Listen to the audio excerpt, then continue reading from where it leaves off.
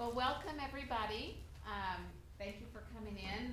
What we're going to do today is have an opportunity, and it is kind of bright, so we can't see you all real well, but we have an opportunity today to talk to some of our faculty fellows who are doing mentoring, and an opportunity to ask them some questions so they can share experiences with you, maybe to help you get the most out of the mentoring program and your mentoring experience.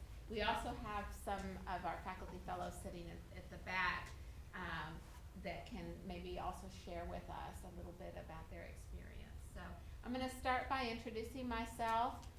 My name is Doris Rousey. I know most of you.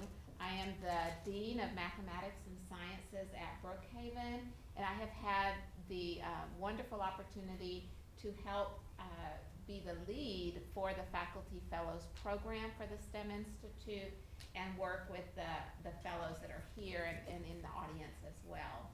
So we're going to start by just introducing ourselves and have each of the folks that are up here tell us a little bit about themselves, where they went to school, so that you can have a better idea. If someone up here is not your mentor, you get to meet some new folks today. So why don't we start, Jerry, and you can introduce yourself.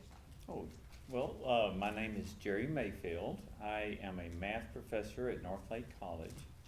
I got my master's in math at the University of North Texas, and I teach all the upper level of math and every once in a while a developmental math course. So I work with quite a few STEM students, even if they're not mine. Great, thank you. And my name is Claire Bambrough, and I am a chemistry professor at Brookhaven College.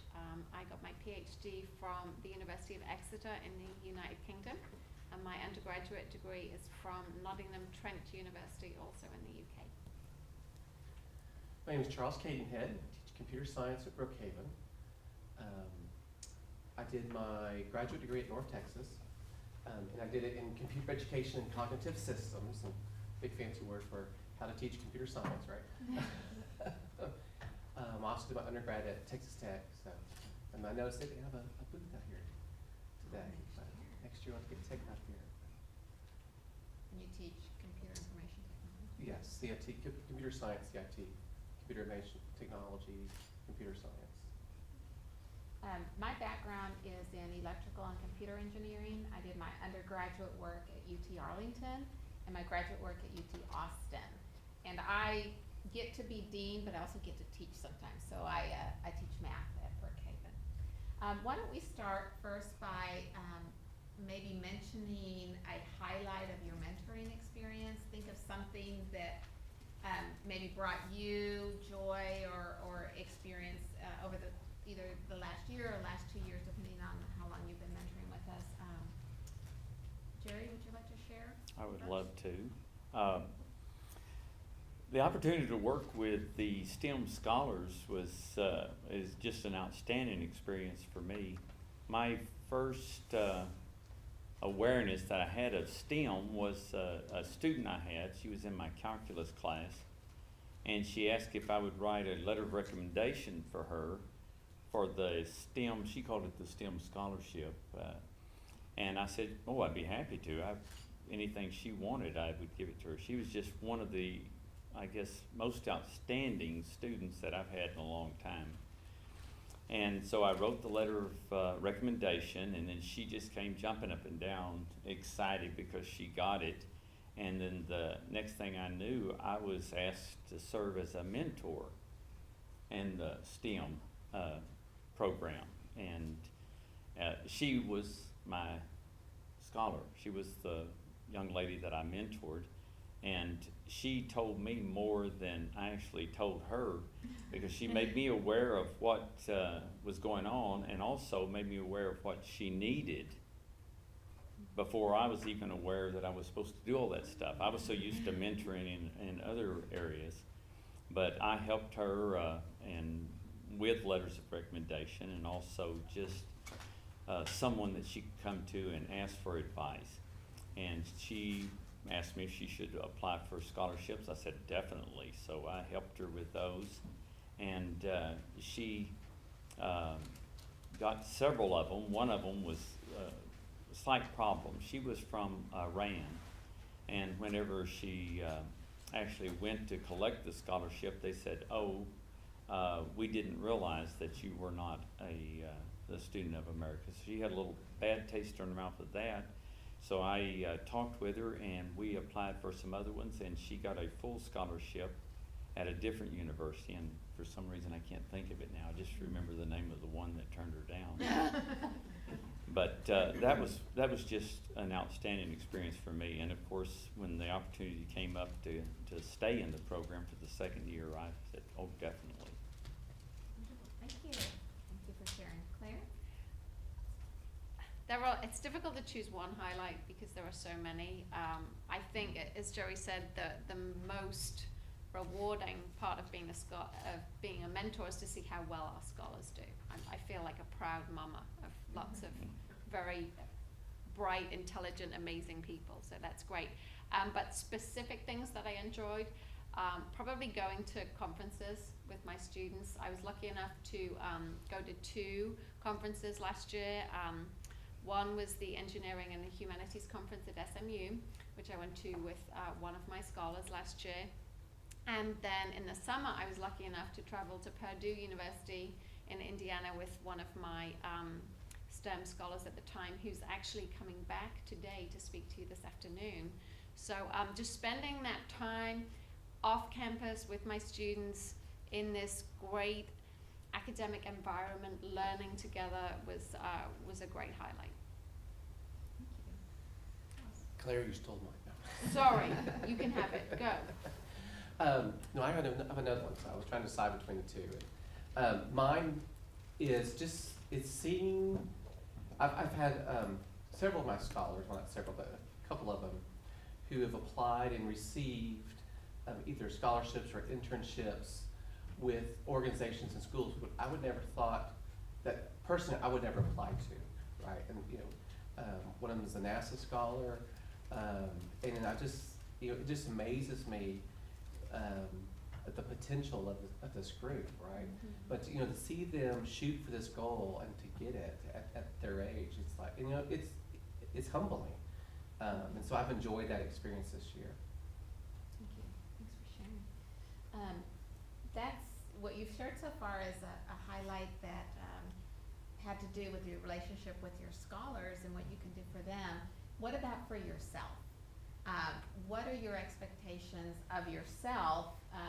Maybe they might be different now than they were when you applied to become a STEM fellow, but what are your expectations as a mentor? What do you think that you should be doing? So why don't we start this term? Okay. Well, I expect myself to be on call, maybe not 24/7, but to be on call for my scholars and to answer questions, certainly through emails or calls or drop through. And I've been blessed that several of my scholars are on campus, at least for a class or for a couple of classes. So I see them informally. They'll drop in, or I'll see them in the hall and say hello. And I like that. I like to be able to see them and just have a little informal conversation. But yeah, I do expect myself to, if they need something, I'm there to help them. And sometimes I feel like I do a good job at that, and other times I feel like, well, maybe I need to do a little bit more. I think my expectation of myself is that I learn as much as you do, and I certainly have in the last year. As I mentioned earlier, my education was in the United Kingdom. So I am a novice when it comes to the United States education system, other than, obviously I work in a community college, but I was not myself familiar with the transfer process. How does a community college student transfer to a four-year university? What scholarships are available for you guys? What are those transfer deadlines like? What is required, etc. So I have learned so much in the last year, where to find that information. For example, I didn't even know there was a transfer advisor at a university. I would just think, okay, if you want to go to UTA, you just call UTA advising. Now I tell my students, if you want to go to UTA, you need to talk to the transfer advisor at UTA, etc., for example. So just learning as much as you guys learn, if not more, learning as much as I can so that I can share that with my future scholars. another example of something that I didn't know. One of my students, scholars transferred to, or wanted to transfer to Colorado State. And so he moved to Colorado to establish residency. So after we'd been there a couple of months, he called me and he was like, guess what? I didn't need to do this. I'm a veteran, and if I'm a veteran, I don't need to establish residency because the US government are paying my tuition and they will pay at the higher rate. I didn't know that, you know, so now I know that. So if I have any veterans, I have that information to share, so. That was, Learn as much that was as I new can. for me too. I didn't Yeah. know that when you shared that Right. with me, so that's very helpful. Yeah. Thanks. Well, I don't have a lot to add to that. I agree both with Clara and Charles. The one thing that I expect of myself is to learn as much as I can about my scholar. I still want to say mentee, and it sounds like Yeah. something you put in your mouth. It does. It does. But I do want to learn what they need and how I can help them. I do expect to be available, and I do make myself available. I make myself available to all my students, so to distinguish between your scholars and your regular students, sometimes it's difficult, and sometimes they're the same. But that is my biggest expectation, is to find out their needs and make myself available to help them if they need me. Thank you. Well, since we have a relatively small group, I will pose that question to you all as STEM scholars. What are your expectations? And just feel free to raise your hand or just shout out of the mentoring program. One, what were your expectations before it started? Are they different now? What would you want that you didn't get as an expectation from your mentor? So if anybody wants to holler, sure. I think And state your name. my name is Joseph Florer. Dr. Claire Bambrough is my mentor, actually. I would say before going in, I expected the mentor to sort of not only advise us on our academic journeys and whatnot, but also kind of give us advice about what will happen when we have graduated, when we transfer out, we graduate, and we go out into the professional world. I think every single one of us is kind of at a different stage in their academic career. And what I see now is I've seen Dr. Bambrough actually tailor herself so well to fit all of our needs. Since each one of us, I think there's 5 of us or 7 of us, or I don't know how many of us there are. But each one of us is at a different place, and she's able to help every one of us where we need help. No, I mean, none of us are the same, obviously. And she did a great job. I'm very happy. All of my expectations have been met. Thank you for sharing that. Thank you for sharing that. And that is part of the personality of being at a community college as well. You've noticed that in your classrooms when you go in, not everybody looks exactly like you or has exactly the same goals in mind. So when you take a group of people, the 5 or the 7, you all are academically very bright, but you are very much, like you said, at a different stage. You might be coming back next year, you might be ready to transfer, so you have different needs. So thank you very much for sharing that. Anyone else want to have a question or share anything from their experience? No? Okay. So the next thing I'd like for y'all to share with us is your expectation of the scholars. What would your expectations be of the scholars in general or of your particular group? Charles? Ask questions. You know, don't wait on your well, I won't say that part, but ask questions. Feel free to ask questions. To come see your mentor. If you have any questions, email them, call them, whatever y'all's chosen mode of communication is. Use that. You know, for me personally, I don't care if you call me or drop by or email, but if you have any questions about transferring or what I'm going to do next year, or if there's any scholarships or anything out there, ask. You know, and for me personally, if I don't know something, I'll tell you, hey, I don't know it, and I'll find an answer for you. I'll look it up, or I'll ask the other group. The group of mentors we have a little network, and so if something comes up, we'll share it or ask questions through that network. So I can call on these guys who've done this before if I have something I'm not sure I can't find an answer for. I would say my expectations are, that you guys, if you commit to something, that you follow through. You know, if you say, okay, I really want to apply for this internship, and I say, okay, that, you know, the deadline is March 15th, and here's a letter of recommendation, and, you know, there's so much I can do. But then at the end of the day, you've got to follow through, right? You've got to get that in the mail, or an email sent off, and obviously it's entirely up to you if you choose to do that or not, but I hope that you do. I hope that you, if you commit to something, that you follow through and do it. That's true. Thank you. We're trying to find something to add to that. No, in third is the worst. I'm in the best seats, but in the middle. Yeah, you just sucked it right out of me. But you did a better job.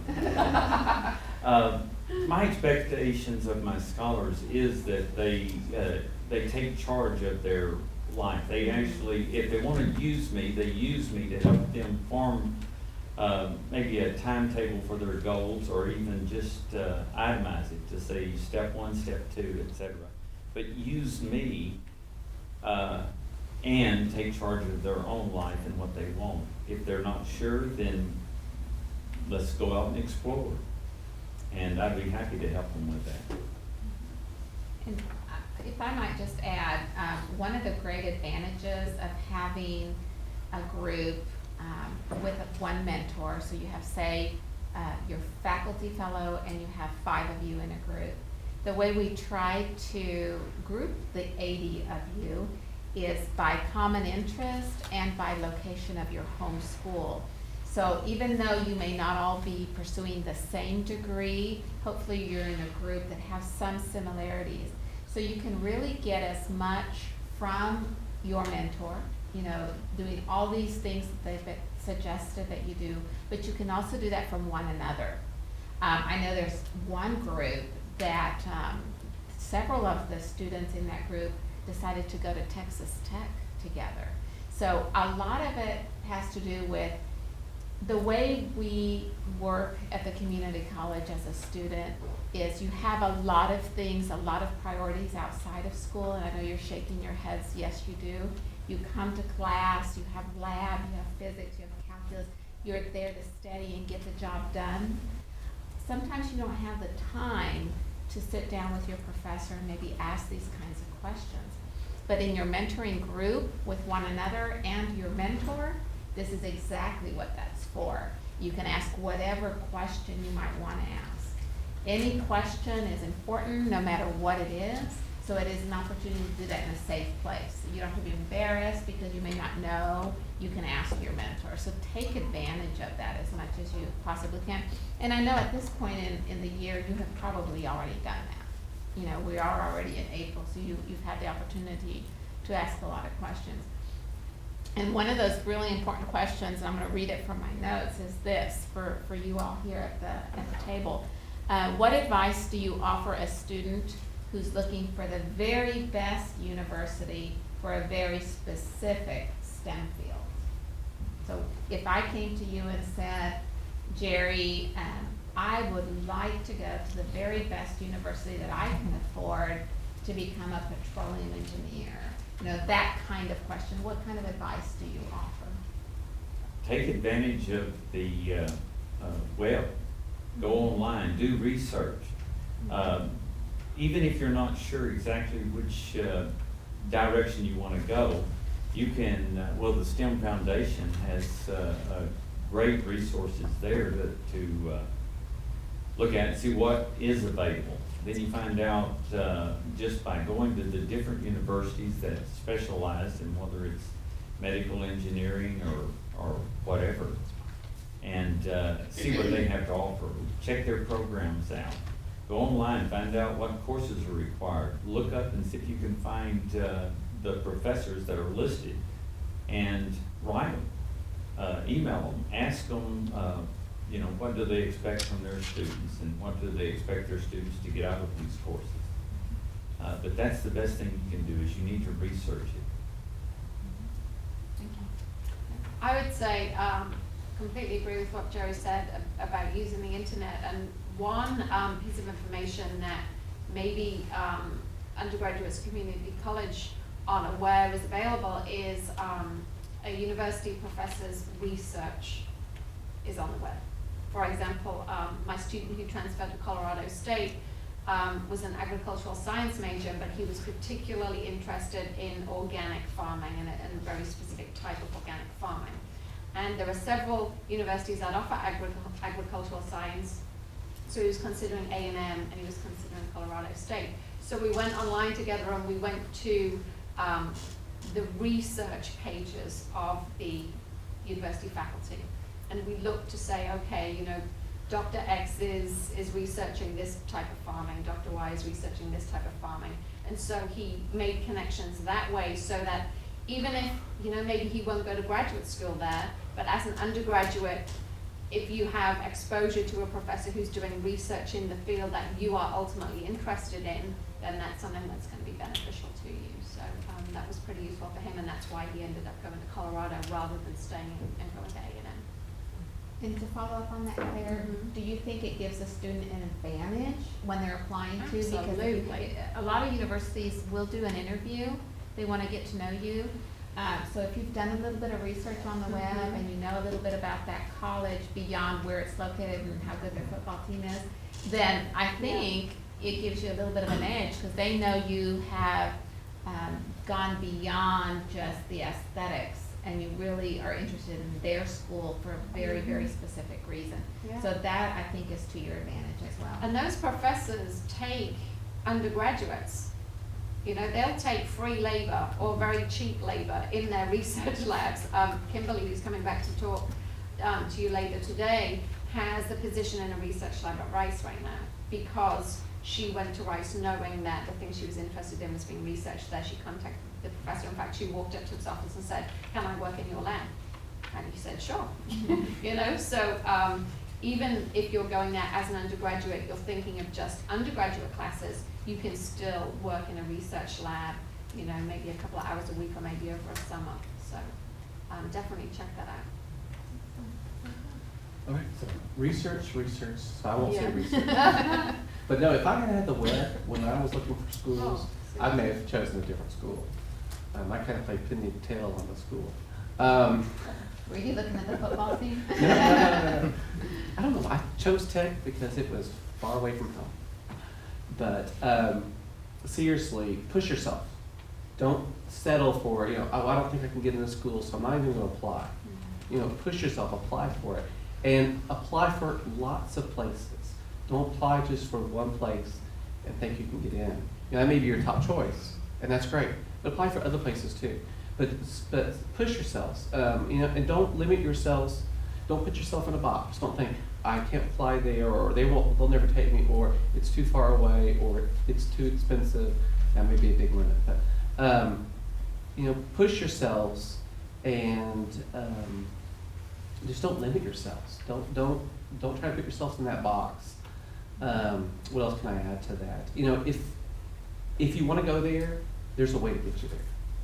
So. That's true. Another thing that you might want to consider doing is, as Claire mentioned, at the university's research is on the web, but at the college, whatever college you're attending, whether it be Eastville, Richland, Brookhaven, wherever it is, the resumes of your professors are also on the web through eConnect. And why would you want to look there? Well, let's say you're very interested in attending a particular university. If you look, you can find out which of your professors are graduates, alumni of that university. And that's another added plus if you use that, if they will write you a letter of recommendation and they themselves graduated from that institution. And they can also give you some insight that may not be on the web. You know, they can tell you a little bit about their experience in that particular area, whether it be physics, chemistry, computer science, and whether, you know, however long ago or short ago it might have been that they were there. They can give you some insight. So take advantage of that. Take advantage of that as well. We're going to shift gears a little bit. We've been talking about university transfer, preparing for that, you know, working with your scholars and your mentors and getting kind of the best preparation for that. Another step either as you prepare for university transfer or beyond that, is how to get ready for that STEM job interview. It can vary from a summer internship, working at a research facility. How do you best prepare yourself if you've been a student and may not have had work experience for that very first STEM job interview? So you want to shoot? Okay, I will. Actually, I got two of them, so let's see if I can sneak the second one in. No, but my first one is dress professionally. Okay, and there's an old adage, I guess it's from the business world: dress for the job that you want, not your job that you have. So don't dress for your current job, dress for the job that you want. And do that with your interviews. Dress professionally, look professional. Don't go in with a t-shirt and jeans, even though it may only be for a summer internship, or maybe for a non-paying position. But dress professionally. The second one is to practice your interview. And most of the campuses have a career center, and they will practice interviews with you. You can do practice interviews, mock interviews with them. So take advantage of that. And it's free. Oh yes, thank you. Yeah, it's free. Those types of services, if you went out and found services, consultants that will sit with you and prepare for an interview, you're talking about several $100s. So take advantage of being a student, and those career services are free. Okay, I would say do lots of background reading, research on the company or the lab that you're applying to, and then go prepared to talk about what they do. For example, I am a chemist by training, but when I worked in industry, I worked for Optical Switch Corporation, which was a telecom company that worked with fiber optics. And fiber optics is physics, and physics kind of scares me a little bit. But my husband's a double E, and so before the interview, he sat down with me, he got out his old fiber optics books, and we went through, and he gave me a lesson on fiber optics. And I went in and I sat down, and I could talk about return loss and crosstalk, and they gave me the job. And later on, the chemist who'd interviewed me said, "I'm so impressed that you knew what crosstalk and return loss was, and how did you know that about fiber optics?" I was like, "Well, I read up on it before I came to the interview." And it impressed them that a chemist who wouldn't be expected to know that knew it, because I'd taken the time to learn it before I went to the interview. So even though my job in that company was the chemistry of the glass, the fact that I knew about the physics side of it and the engineering side was the thing that impressed them and gave me, maybe that's why I got the job. So go above and beyond. I would like to impress upon you, if you're looking for a job, that you're trying to sell yourself to that company. So like Claire says, find out exactly what the job entails. Find out as much about it as you can. Then you, just like Charles says, you make sure you go over your resume. Find out your points in your favor that are going to serve that company. And then you address those during the interview as often as possible. State over and over, this is what I can do as it relates to what the job entails. And I've seen people do that on job interviews, and you're saying, "Gosh, why isn't he already working somewhere else?" Because the person was fantastic, and they usually end up getting the job. But that's one of the things you want to think about. Sell yourself to that company. Can I add to Jerry's? Sure. Tailor your resume for that position. You may have a generic resume, which is great, but rewrite your resume. Use your generic as a template. Rewrite your resume for that position, highlighting the things or bringing up to maybe the top of the list things that you have done that job asks for you to do, that job description has listed in there. So, because that will also make a difference when someone's reading through your resume. Oh, you have experience in this, and we're looking for this. So. And can I add something else? We like this question, apparently. We've got a lot to say about this question.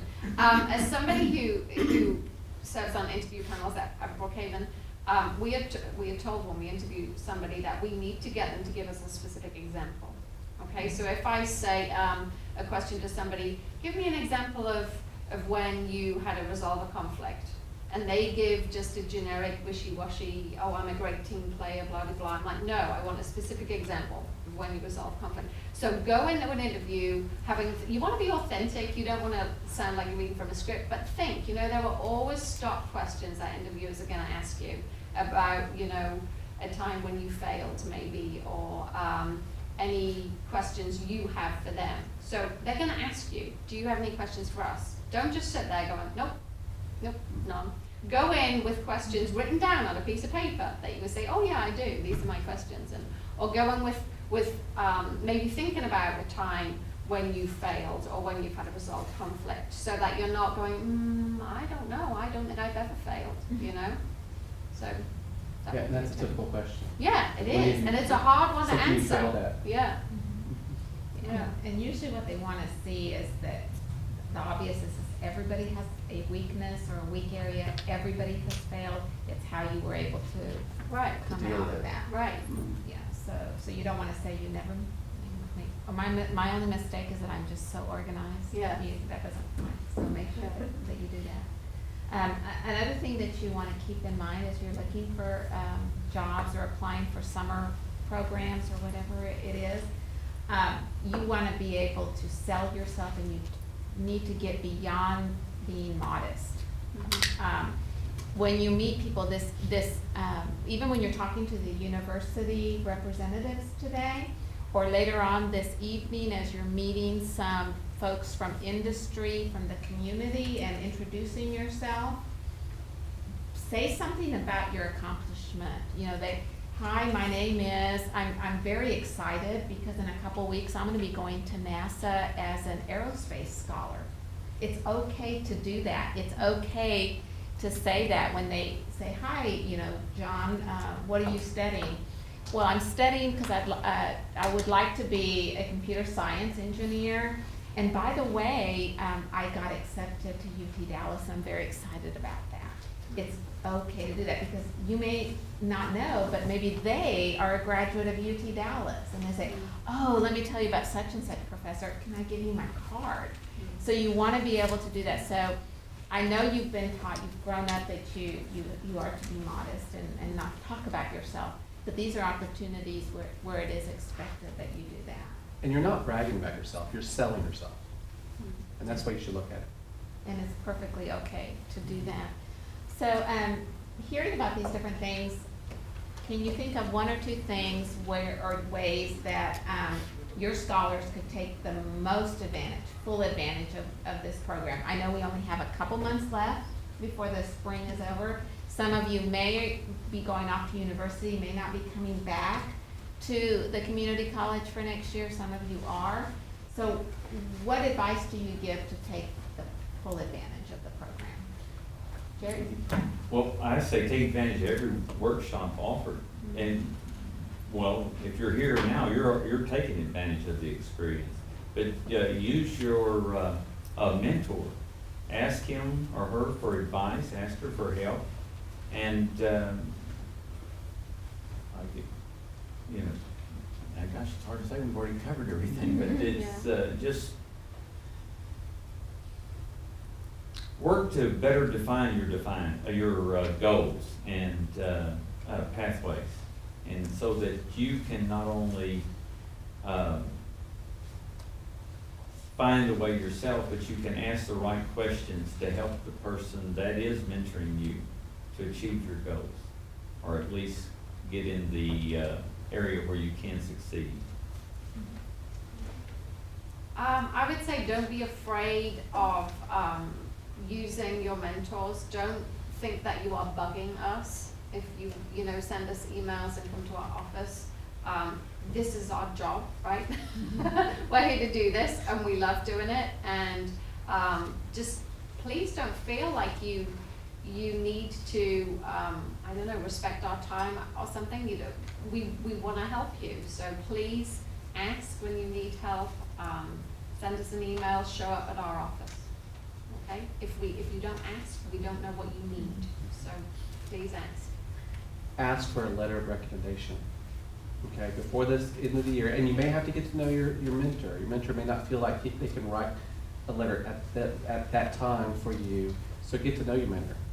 And ask your mentor if he can schedule an activity for y'all to do. Maybe get the group together over coffee and talk about upcoming scholarship dates or local schools, or take a tour of a local school and see if your mentor will be willing to organize something like that. But get to know your mentor and ask them for a letter of recommendation, because you basically have that person, right? You have those resources available. Take advantage of it and use it. No, don't just think, no, I can sit back and ask questions when I have them. But use that.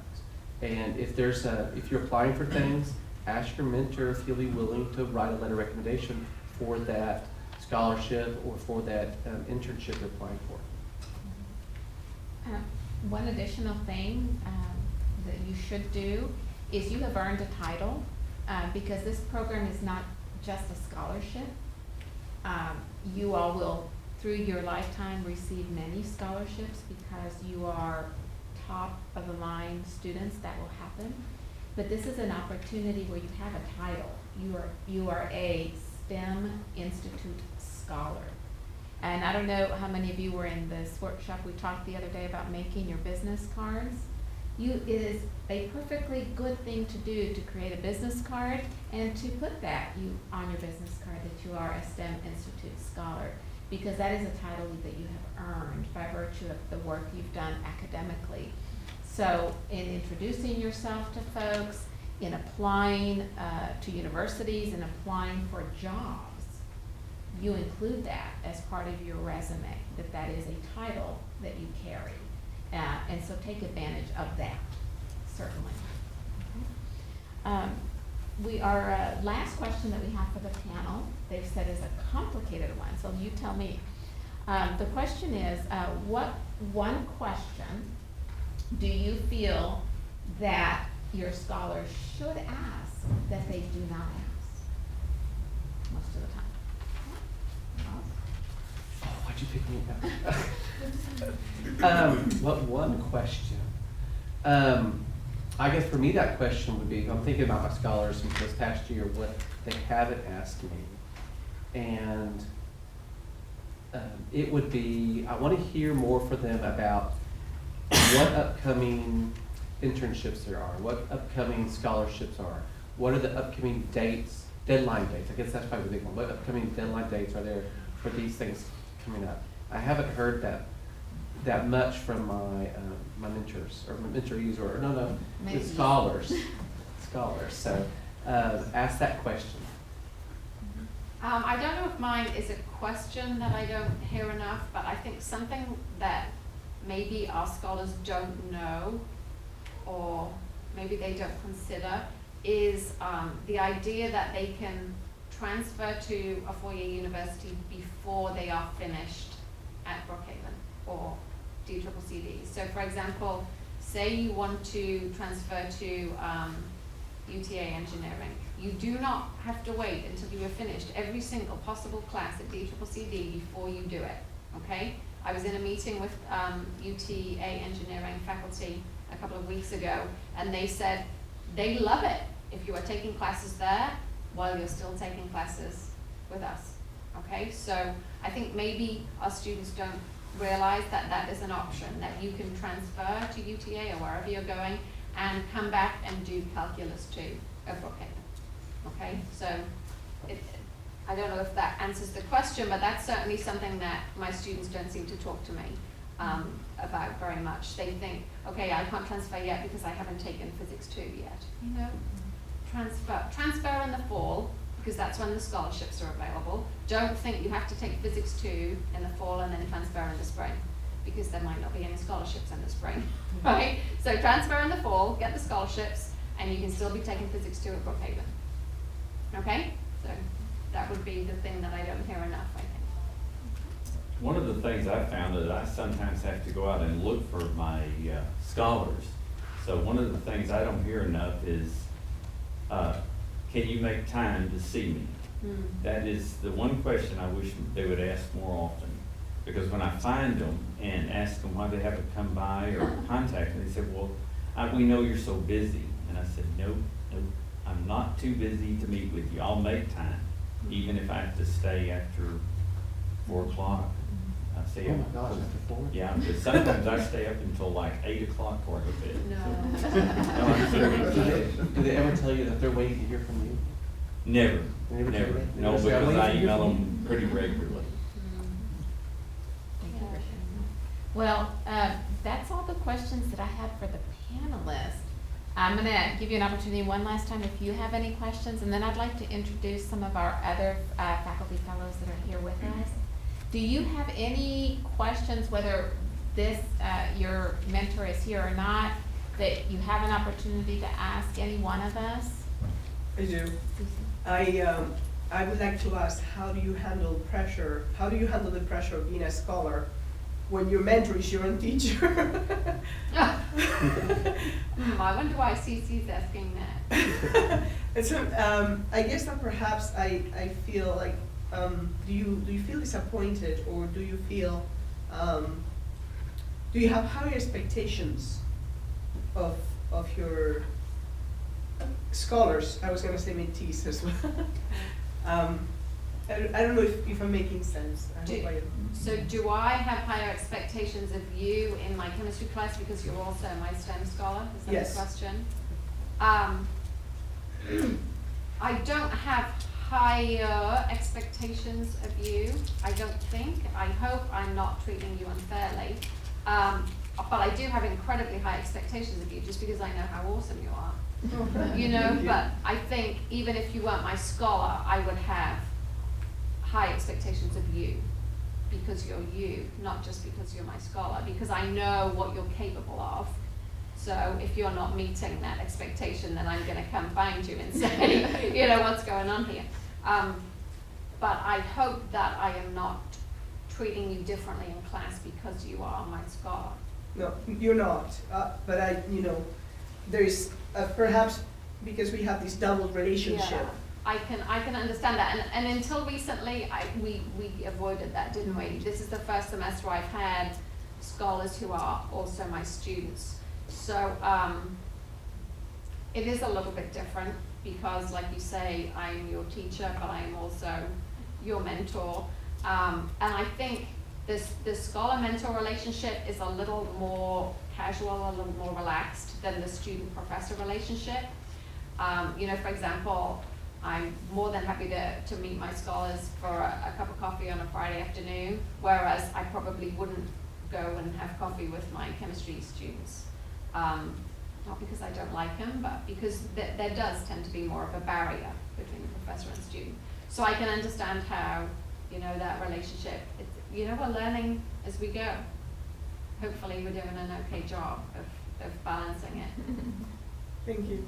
That's a really great question. I think you, Jerry, do you have some of your students that are Yes, I have. scholars? Charles, maybe I you did. do as well. So what about, what's your perspective on that? Well, I was gonna say, I have high expectations for all my students. Yeah. And when I see, I'll pick on Omar, because he's one of my scholars. When I see Omar in the hallway, because I don't think you're in my online classes this semester, but when I see you in the hallway, I don't think, oh, he's a STEM scholar. I just think, oh, there's Omar. I wonder how he's doing. Let me check in. I wonder how he's doing, that sort of thing. And I do that with all my students, to be honest. If a student stops by to ask me a question about something, I'll ask them how they're doing or how classes going. If I see a previous student from last semester or last year, I'll say something to them. But I really do. I have high expectations for all my students. I think they can all achieve.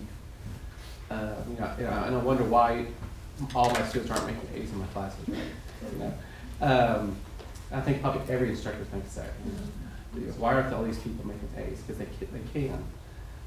But I don't differentiate between the scholars and my students. I love that question. That was a good question. I noticed there was a big change in me after I became a mentor, and instead of having greater expectations of my scholars, I started treating everybody as if they were scholars in the classroom, and I started inviting more people into my office to help, and it is really, I guess it's broadened my relationship or strengthened my relationship with my students. There is still I'm still their professor, although if a scholar calls me, hey Jerry, it doesn't bother me at all, whereas if they did it in the classroom, it would, I'd just kind of hope.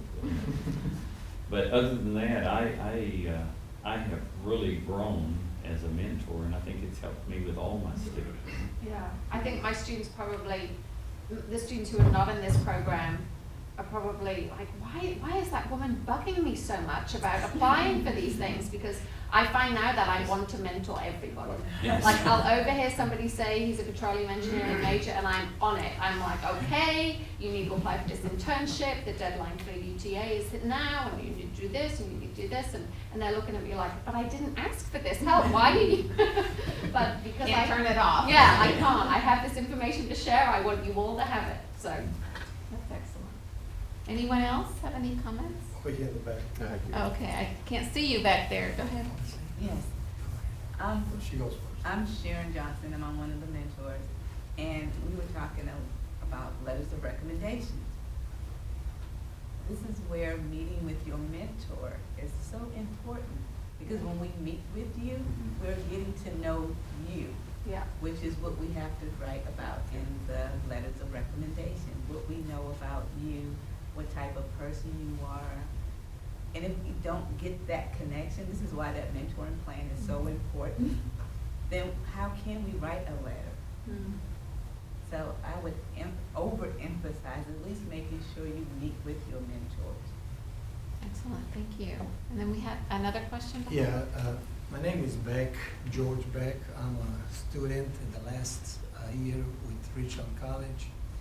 I've been with Richland for about 2 years now. I enrolled hoping that I'll get into a transfer with UTD. However, I know this is not the right format, but it's an idea. It's a seed that I'm gonna plant right now, and I know that my voice eventually will carry on. I will not be able to take any other classes with Richland, and the reason being I already have 84 credit hours, and I cannot find a single class with UTD in the afternoon. I have a full-time job. I enjoy what I'm doing. So in other words, I'm in a position to choose between school and job, and definitely I'm going to choose my job at this point in my life. But eventually STEM, if grows to be a reputable voice, will have a voice to say, you know, and eventually use some leverage on universities to offer. There are 4 classes. All the other classes, the 3,000 and 4,000 classes, I am able to take them in the afternoons. But there are 4 classes that stop me from finishing out my degree. So that's something that I would like to see STEM advocating on universities, because talking to them, you know, it's like breathing. You can't take those classes online that are not offered There are online. no engineering classes online because they Oh, have a it's lab engineering. part which requires the student to be in Yeah. campus. Yeah. And they don't offer a separate lab lecture? It's in the morning. It's in the Yes, morning. they do break away the theory in the lab, but the lab is in the morning. Too bad they don't offer the lecture online and then Yeah. have you come in for a lab. But I think your point is well taken. Right. If we didn't hear that comment from you, we wouldn't know. So you bringing that up allows us, myself, to maybe talk to the fellow dean at the College of Engineering at UT Dallas to say, I just wanted to share with you something I heard at our STEM summit that you may not be aware of that's affecting our transfer students. Very good. And that would be a very valuable thing to share because you voiced that. So later on today, you find me and I'll get your information. But I think that's a valid point, but also an example of speaking up. You could have kept quiet about it and just said, oh darn, I'm stuck. But to be able to share that is incredibly valuable. So thank you for doing that. I appreciate that. Yes, Probably have to do. Okay, go ahead. I'm glad you spoke out about that, because I'm in the exact same boat. So there you go, there you I have go. a stable day job, and, you know, there's a lot of these universities just don't offer, you know, evening classes and things like that. Well, that's certainly important to let your voice be heard about that, and we would be happy to relay that information. Yes. I attend UT as well. I currently attend right now. And I've come up with a situation this semester where the UTD enrollment date for the fall is actually today. And the classes which I need, there's only one class offered, each of the ones that I need to take. However, I cannot take those classes until I've enrolled in the concurrent classes, which I will take at Dallas County. I can't enroll in those for 2 weeks, which in 2 weeks' time, I may, the classes may fill up, which of course it's no fault of anyone, but personally, and it's happened before where it's been kind of dicey, where the dates have been very different. I would love to see in the future enrollment dates somewhat be a little bit closer together, so that these things can be coordinated. Of course, it's gonna be different in every situation, but it's not the first time it's happened to me, but it's the first time that it is probably gonna be a really big issue. Right, and just so those of you understand, I think what you're saying is that you would be expected to enroll for fall classes at UTD before you're even able to enroll for summer classes? I'm expected to enroll in the fall classes at Dallas County so that I can show proof of enrollment in concurrent courses. Because it's like a requisite, a concurrent Right. requisite, A right? co-requisite. Right, yes, I understand. And our infrastructure right now, won't even open that up until quite a few months from now. Thank you for sharing that. Any other comments or questions? Before we leave, I I'd do like, have one- go ahead, One Richard. thing I'd like to Ricardo. share, my name is Ricardo Espiros, and I am a mentor. Mentors. One thing that I just thought I'd share, particularly with my other mentors, but also with students, is that there's a conversation that's kind of gotten started in the newspapers about why there are so few students from public high schools and community colleges who end up in elite universities. And from the perspective of the elite universities, what they claim is that they have very few applicants. So it appears that a lot of students, both high school students and community college students, don't even think of applying because for some reason it's not part of their world, or it's out of their league, or it's just not something that they grew up thinking about throughout their schooling. But it's always a good idea to, like they say, apply to the school where you think you're gonna go, the school where you think is a little beyond your level, and always have a safe school as well. That's very And good the reason I advice. bring this up is, in particular, is because I know that a lot of, especially the private universities, have financial aid that would knock your socks off. I know kids who are at Harvard and Stanford paying absolutely no tuition. And it's entirely need-based, it's not merit-based. So if you get admitted, they'll make sure that you can pay. And I think it's something that in our environment, people are not aware of. I heard a similar story this morning, but more positive, that my wife and I are talking, and one of my daughter's soccer teammates, she plays rec soccer, so soccer teammates who's graduating this year received, my wife was telling me, $56,000 in scholarships in biomedical engineering. And when she told me that, I was kind of shocked, and I forget the school, I don't believe it's an Ivy League school, but it was a nice school. And I was a little shocked because this young lady is a little bit on the quiet side, and I didn't think that was her aspirations, right? And so, again, don't limit yourself. Apply. I don't want to say apply everywhere, but really apply everywhere. I want to add, because I heard a similar thing, a news article about Harvard and Yale and Stanford and these very famous, very top-notch schools would love to have these high-achieving students that are maybe economically disadvantaged. And the problem is that they don't even know, the students don't know that and so they're spending their money going to community college when Harvard might give them a full ride.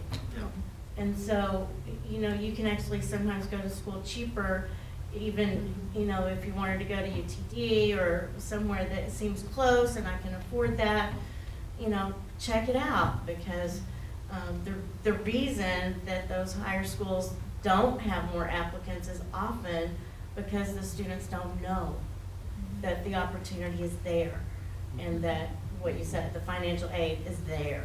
You know? Right, those are great pieces of advice, and it kind of goes along with some of the things we said during the panel discussion about taking advantage of. If you're gonna get in that front door of that Harvard, SMU, Rice, okay, it's gonna help you to have a wonderfully written letter of recommendation from a faculty fellow who's been mentoring you for a year, along with the others. Don't be modest about yourself. Share about yourself, all the highlights, all the things that you wish to accomplish, and all the things that you connect with that university as you're applying. And like these folks are saying, don't be concerned about the financial pathway to get there, because a lot of these institutions will provide that for you. So great pieces of advice from everyone. We are running out of time, and I want you all to have a quick break before you go to out to the universities to follow up on your conversations. But thank you for your attention, all of you. Connect with your mentor during the break. Say hello and make sure that you guys have time to communicate throughout the day. So thank you again, and you guys have a great conference the rest of your day. Thank you very much.